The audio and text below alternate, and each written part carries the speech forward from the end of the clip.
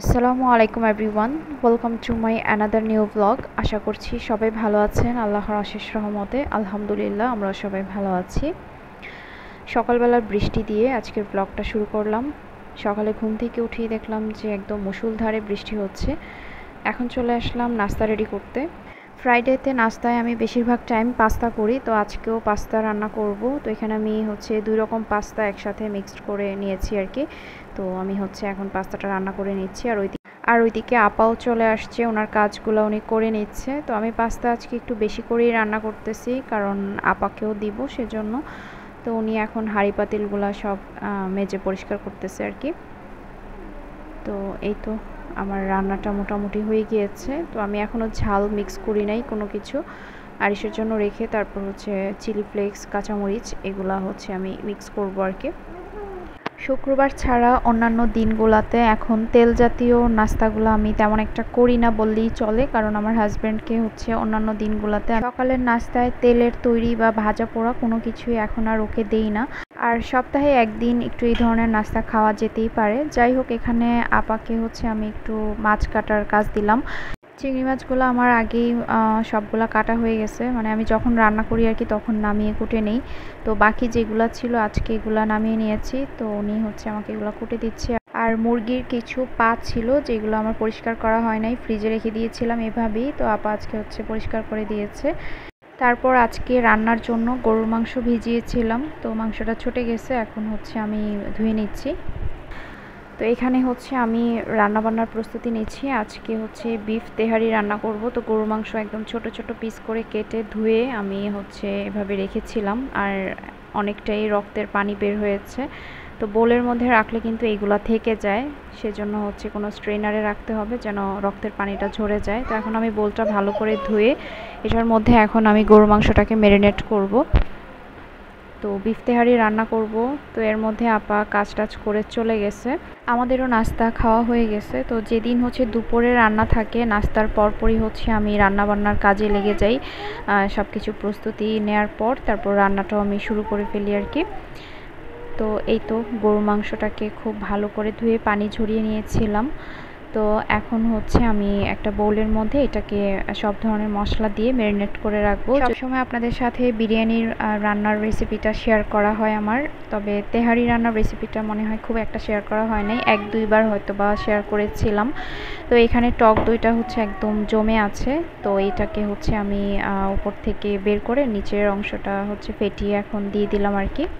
টক দইয়ের পরিবর্তে চাইলে এখানে আপনারা বাটার মিল্ক ইউজ করতে পারেন। দুধের মধ্যে একটু লেবু চিপে দিলেই বাটার মিল্ক হয়ে যাবে। আদা রসুন বাটা দিয়েছি, টক দই দিয়েছি, এখন দিয়ে দিচ্ছি জিরা গুঁড়া, ধনিয়া গুঁড়া আর গরম মশলার গুঁড়া। আর তেহারি যে রান্না করব, তেহারির মশলাই নাই। তো আরিশের বাবা গেছে বাজারে তেহারির মশলা আনতে, আর সাথে আরও টুকটাক কিছু জিনিসও লাগবে, ওইগুলোও শেষ হয়ে গেছে আর কি। তো আমার হাজব্যান্ডই আজকে বলতেছিল যে তেহারি খাবে, সবসময় তো বিরিয়ানি খাওয়া হয়, যদিও বিরিয়ানির মশলা আমার বাসায় আছে। তো তেহারি খাবে যেহেতু, সেজন্য তেহারির মশলা লাগবে। এই যে মশলা নিয়ে চলে আসছে। তো আমার লাগবে 1 প্যাকেট মশলা।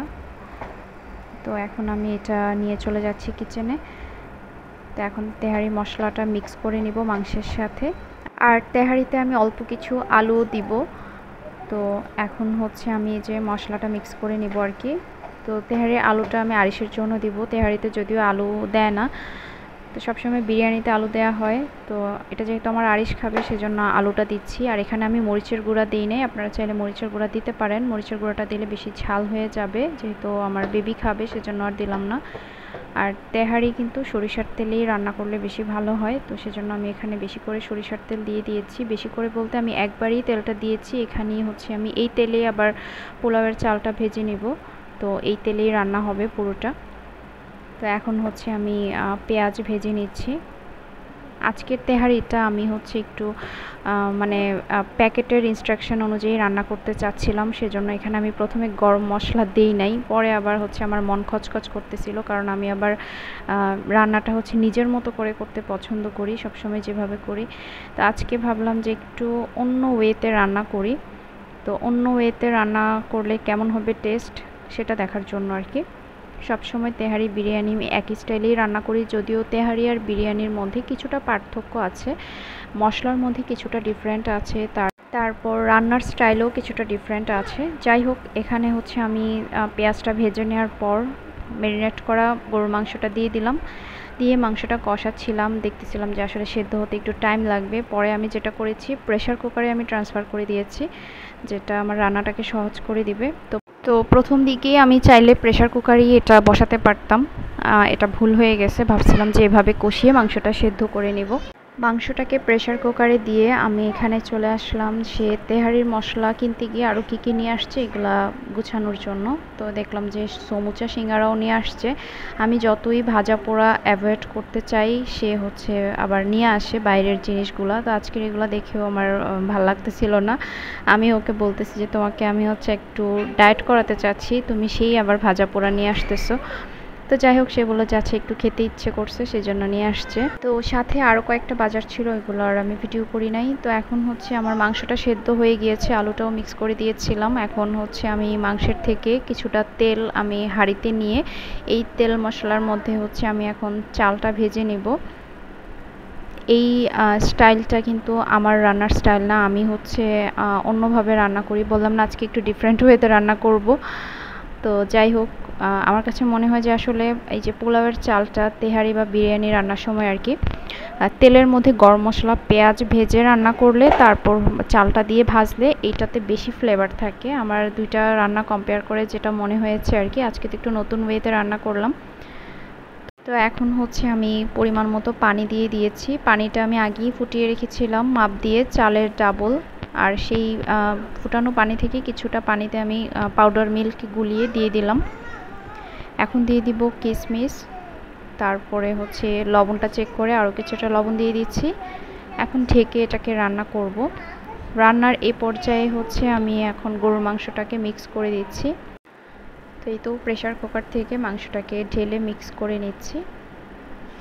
তো আমি হচ্ছে আজকে রান্নার পরিমাণটা একটু বেশি করেছি, আমার হেল্পিং হ্যান্ডকেও দিব, তারপর হচ্ছে আমরাও 2 দিন লাগিয়ে তেহারি খাবো, সেজন্য একটু বেশি করেই রান্না করে নিয়েছি। তো এই তো এখন ভালো করে মিক্স করে নিচ্ছি। এখন দিয়ে দিব কাঁচামরিচ, তারপর হচ্ছে আমি ঢেকে এটাকে একদম লো আঁচে চুলায় বসায় রাখবো। চালটা কিন্তু এখনও ভালোভাবে ফুটে নাই, আর পানিটাও হালকা রয়ে গেছে। এই পর্যায়ে কিন্তু চুলার আঁচটাকে একদম ডিম করে দিতে হবে, আর হচ্ছে একদম ঢেকে রাখতে হবে। এভাবে রাখলেই হচ্ছে চালটা ফুটে যাবে। তো এভাবেই হচ্ছে একদম ঝরঝরা হয় আর কি।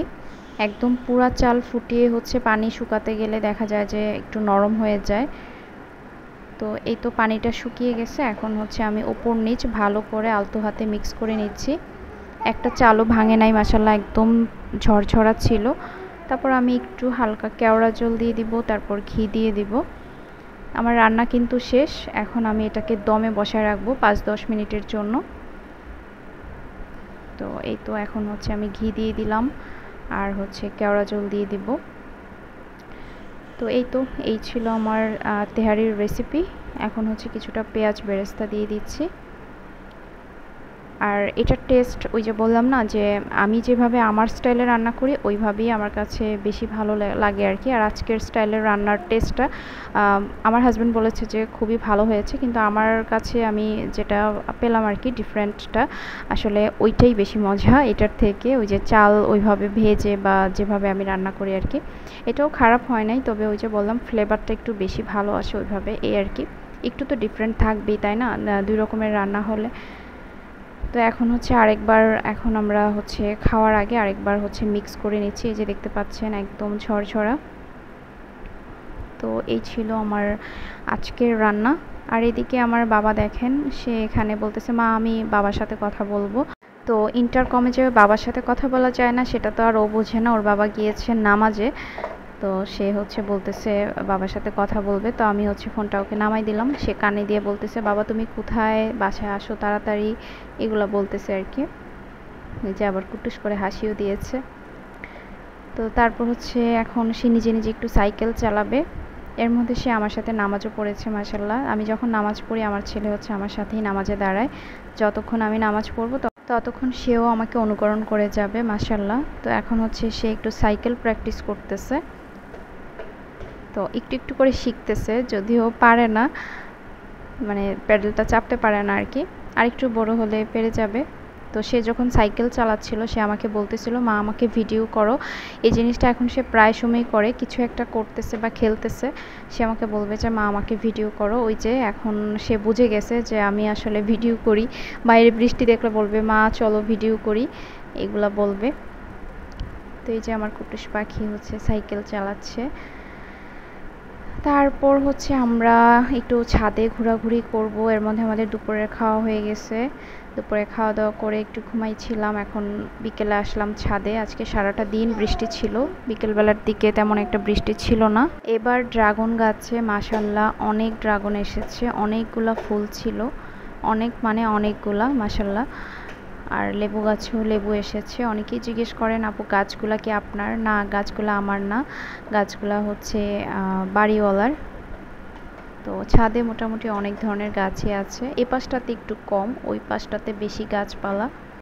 এই যে ড্রাগনের ফুল, প্রথমে আমি ড্রাগনের ফুলটাকে ভাবতাম যে এটাই ড্রাগন ফল। তো পরে কিছুদিন পর পর আস্তে আস্তে দেখতাম যে ফুলটা ফুটে তারপর হচ্ছে ফুলটা মরে গিয়ে ভেতর থেকে ড্রাগনের ফলটা বের হয় আর কি। এই যে দেখেন মাশাল্লাহ অনেক এসেছে এবারের মতো, মানে এখানে আসার পর এবারই দেখছি যে বেশি হয়েছে ড্রাগন। আর এখন এমনিতেও সব জায়গাতেই ড্রাগনের ফলন অনেক ভালো। বৃষ্টি হবার কারণে আজকে ছাদে হাঁটাহাঁটি করতে ভালোই লাগতেছিল। আর ওই পাশটাতে আরিশের সমবয়সী 2-3টা বেবি ছিল, ও হচ্ছে ওদের সাথে কথা বলতেছিল। আর এই যে এখানে একটা ড্রাগন, এই তো হাঁটাহাঁটি করতেছিলাম। আর এখানে এই গাছটাকে আমি প্রথমে ভেবেছিলাম লাউ গাছ, তো এটাকে দারোয়ান চাচা বলল যে এটা নাকি মিষ্টি কুমড়া গাছ। অল্প কিছুদিনের মধ্যেই গাছটা মাশাল্লাহ অনেকটাই বেড়েছে। সেদিন দেখেছিলাম একদম ছোট্ট ছিল। এই যে মনে হয় ফুলও আসবে, ফুলের মতোই ডগা দেখা যাচ্ছে। অনেকদিন পরেই ছাদে আসলাম, এখন আসলে ছাদে আসতেই ভয় লাগে। তো আম্মু ফোন দিয়ে বলে, আমার শাশুড়ি মাও বলে যে তোমরা ছাদে টাদে যাইও না। আর এমনিতেও ছাদে আসলে খুব একটা আসা হয় না, কাপড় চোপড় যখন দেয়া হয় তখনই আসা হয়। তো আজকে একটু ভাল লাগতেছে হাঁটাহাঁটি করে। তো তারপর আমরা যখন বাসায় চলে গেছি তারপরে আবার বৃষ্টি শুরু হয়েছে। আর এই গাছটা হচ্ছে সফেদা গাছ, ছোট্ট একটা গাছ, আর একটা ছোট্ট সফেদা ধরে আছে। এই গাছটা আমাদের বাড়িতেও আছে, প্রচুর সফেদা ধরতো একটা সময়। তো গাছটা এখন বর্তমানে নাই, ঝড়ে ভেঙে গেছে। তো এই তো হাঁটতেছিলাম, চারপাশ ভিডিও করতেছিলাম, হঠাৎ করে চোখ পড়লো পেয়ারা গাছে একটা পেয়ারা পেকে আছে। জুম করে দেখানোর ট্রাই করলাম, যদিও দেখা যায় নাই। তারপর হচ্ছে আমি বাসায় এসে কিছু বাদাম ভেজে নিলাম। তো বাদাম ভেজে এখন বারান্দায় বসে খাবো। এদিকে আরিশকে দেখলাম যে সে কার সাথে যেন কথা বলতেছে। পরে দেখলাম যে পাশের বাসায় একটা পিচ্চি মেয়ে, পিচ্চি বলতে অত বেশি পিচ্চি না, একটু মোটামুটি বড় আর কি। তো বারান্দা থেকে হচ্ছে আরিশের সাথে কথা বলতেছে, আর সে বলতেছিল আর কি এখান থেকে কথা। তো দুজন একটু কথা টথা বললো। তো এই তো এখন হচ্ছে বাদাম খাবো বসে বসে। বৃষ্টির দিনে একটু ভাজা পোড়া টাইপের বা একটু এই টাইপের জিনিসগুলো খেতে ভালোই লাগে। তো অল্প করে আমিও একটু ক্যামেরাতে চলে আসলাম, আরিশ একটু হাই দিয়ে দিল। আসলে ক্যামেরাতে আসা হয় না, আমি খুবই শাই ফিল করি, মাঝে মাঝে হাসি আর কি আপনাদের সামনে। বাদাম খাওয়ার পর সিপির একটু ভাজা পোড়া খাবো। তো এই যে আমার ভাগেরটা রয়ে গেছে। তো যাই হোক আজ এই পর্যন্তই, আল্লাহ হাফেজ।